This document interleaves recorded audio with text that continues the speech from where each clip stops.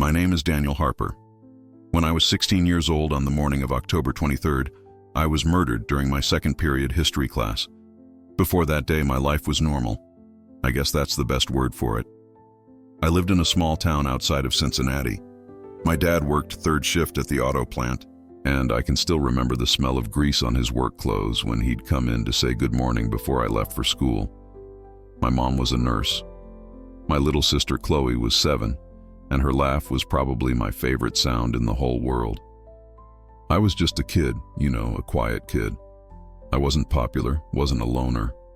I just was. I was trying to figure things out, just like everyone else. We were in Mr. Reynolds's class. He was talking about the Civil War. I remember looking at the clock, thinking we had about 20 minutes left. A student named Alex, someone I barely knew, stood up from his desk in the back row. He wasn't yelling. He was quiet. That was the scariest part. He just pulled a gun from his backpack. The first sound wasn't as loud as you see in the movies. It was a pop, dry and flat. Mr. Reynolds, he was a good man. He didn't hesitate. He shouted, "Get down," and started moving toward Alex, his hands out like he was going to calm a scared animal. Another pop, and Mr. Reynolds just fell. Then everyone started screaming. It was pure chaos. I dove under my desk, my heart trying to beat its way out of my chest. I heard another pop, and then this burning. A hot, wet feeling spreading across my back and my side. I didn't even realize I'd been hit at first. It didn't hurt. Not then. It was just warm. I tried to push myself up, but my arms wouldn't work right. My head was on the cold linoleum floor. I could smell chalk dust and something metallic. The screaming started to sound far away, like it was coming through water. My vision got blurry around the edges. I saw sneakers running past my face. I saw Ashley Peterson, a girl I'd had a crush on since 4th grade, climbing out a broken window, and then I saw my own hand, lying on the floor next to my head. It looked pale. It didn't look like it belonged to me anymore.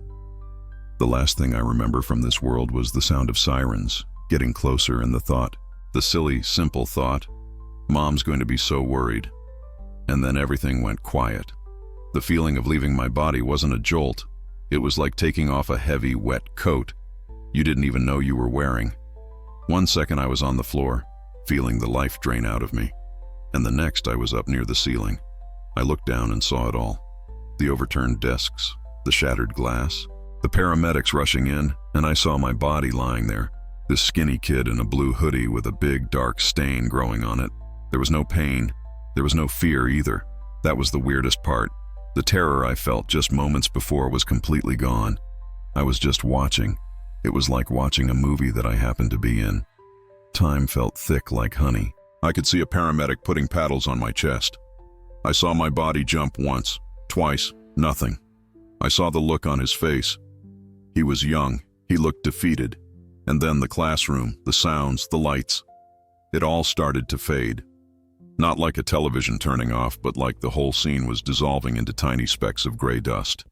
And a deep, profound silence fell over everything. It wasn't an empty silence. It was a heavy silence. A silence that had weight to it. I felt a gentle pull, a movement. I was being drawn backward through a space that wasn't dark and wasn't light. It was just nothing, a complete absence of everything.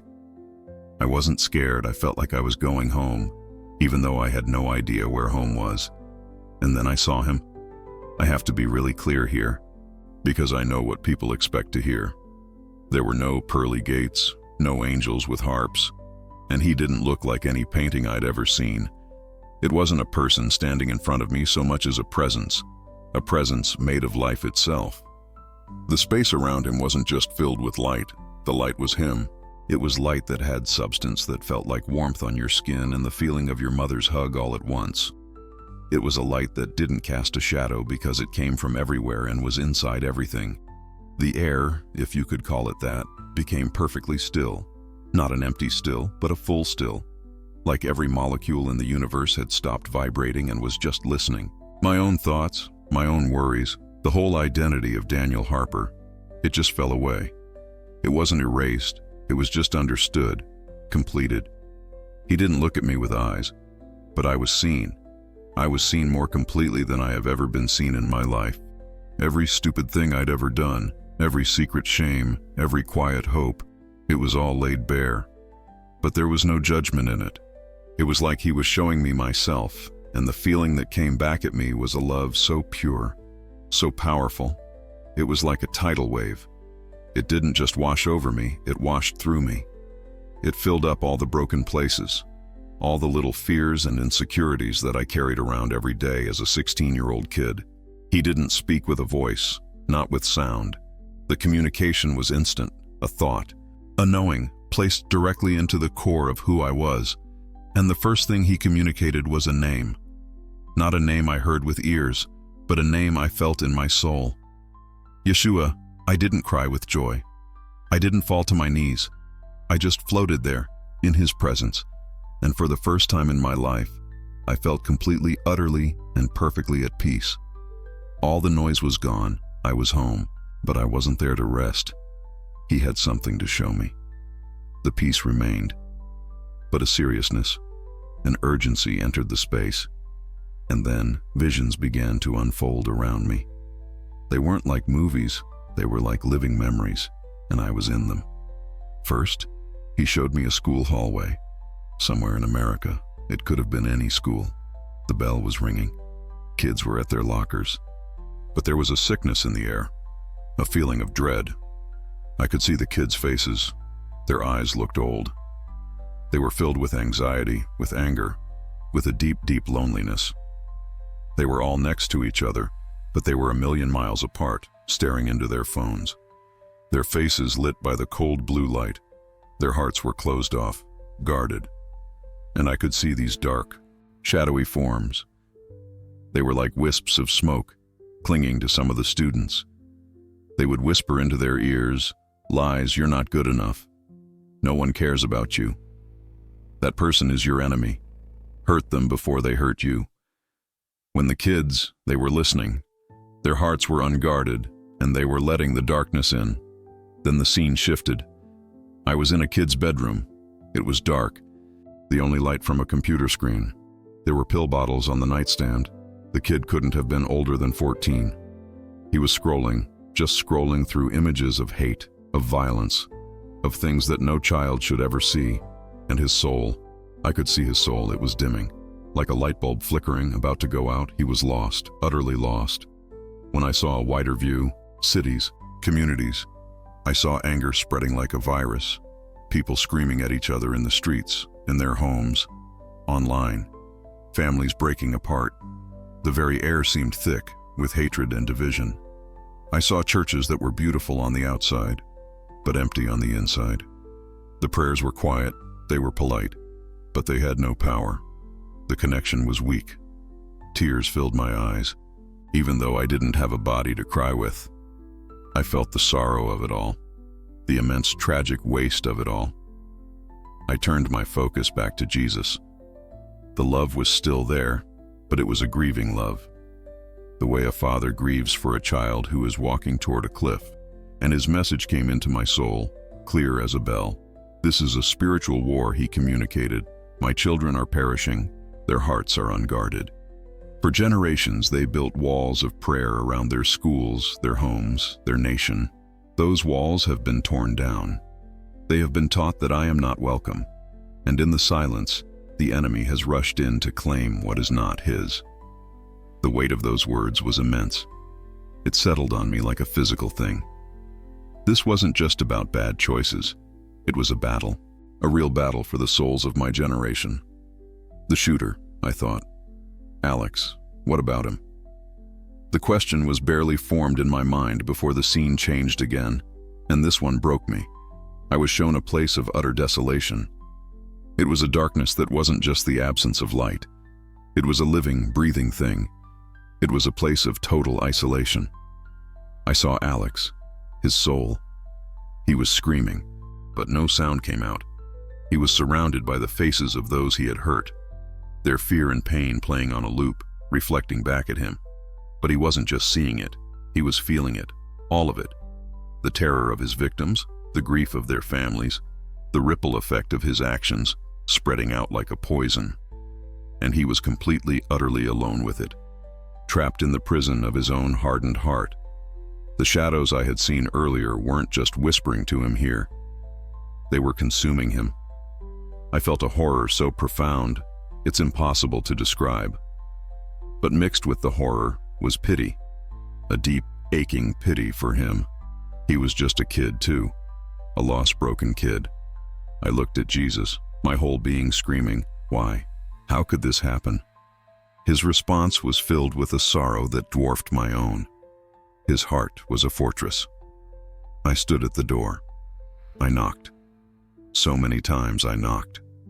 Through his parents, through a kind word from a stranger, through the beauty of a sunset.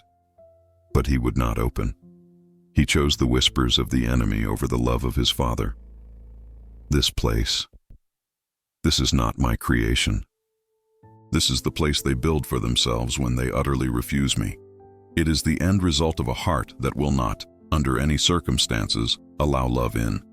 The vision was too much. I couldn't bear it. But can he be saved? I pleaded. Redemption is possible for all who turn to me before their story on earth is finished. Jesus replied, "His love is shielded against the horror of what I was seeing." He sealed his choice with his actions and his heart. This is the great tragedy. The choice is always theirs.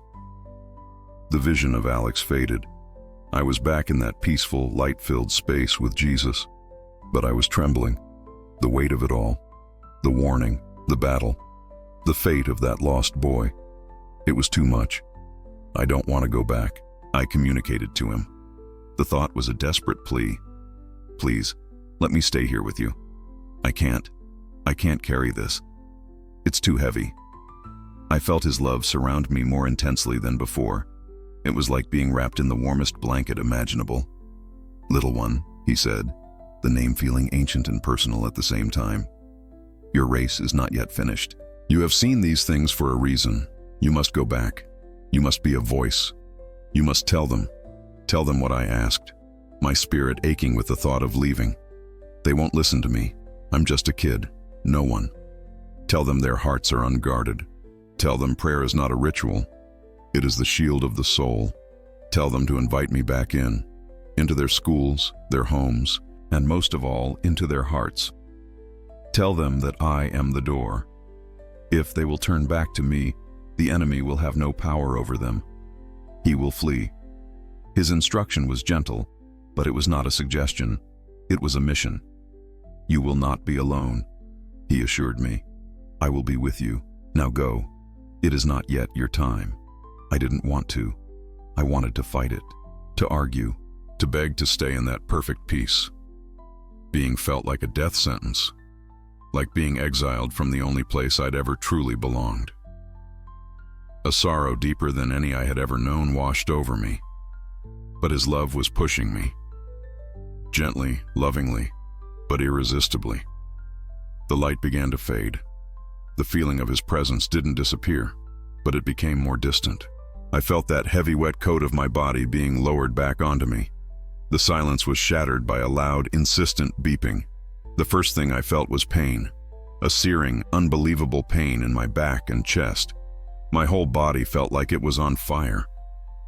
The first thing I heard was a man's voice yelling, "We got a pulse, we got a pulse. Stay with me, kid, stay with me."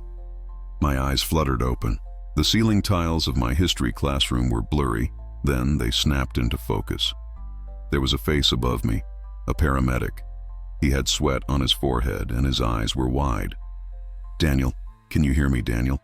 Squeeze my hand." I felt a hand in mine, and I squeezed. It was the hardest thing I'd ever done.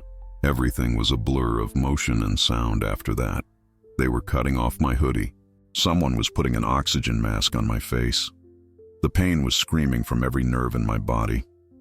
They loaded me onto a gurney and wheeled me out. I remember seeing the sky. It was so blue. I'd never noticed how blue the sky was. I woke up in the ICU. I had a tube down my throat. There were machines beeping everywhere. My mom and dad were there, their faces streaked with tears. My mom was holding my hand so tight. Later, the doctor came in. He had this look on his face, disbelief. He told my parents I was a miracle. He said the bullet had torn through my lung and nicked a major artery. I had lost almost all of my blood on that classroom floor. He told them I was clinically dead for over 7 minutes. 7 minutes. They said there was no medical explanation for why I was alive, let alone why my brain function was perfectly normal. They called it luck. They called it an anomaly, but I knew what it was. I found out later that Mr. Reynolds didn't make it. He died protecting us. 4 other students were injured, but I was the only other one who died. Alex, the shooter, had taken his own life in the school library before the police could get to him. Just like Jesus had shown me, his story on earth was finished.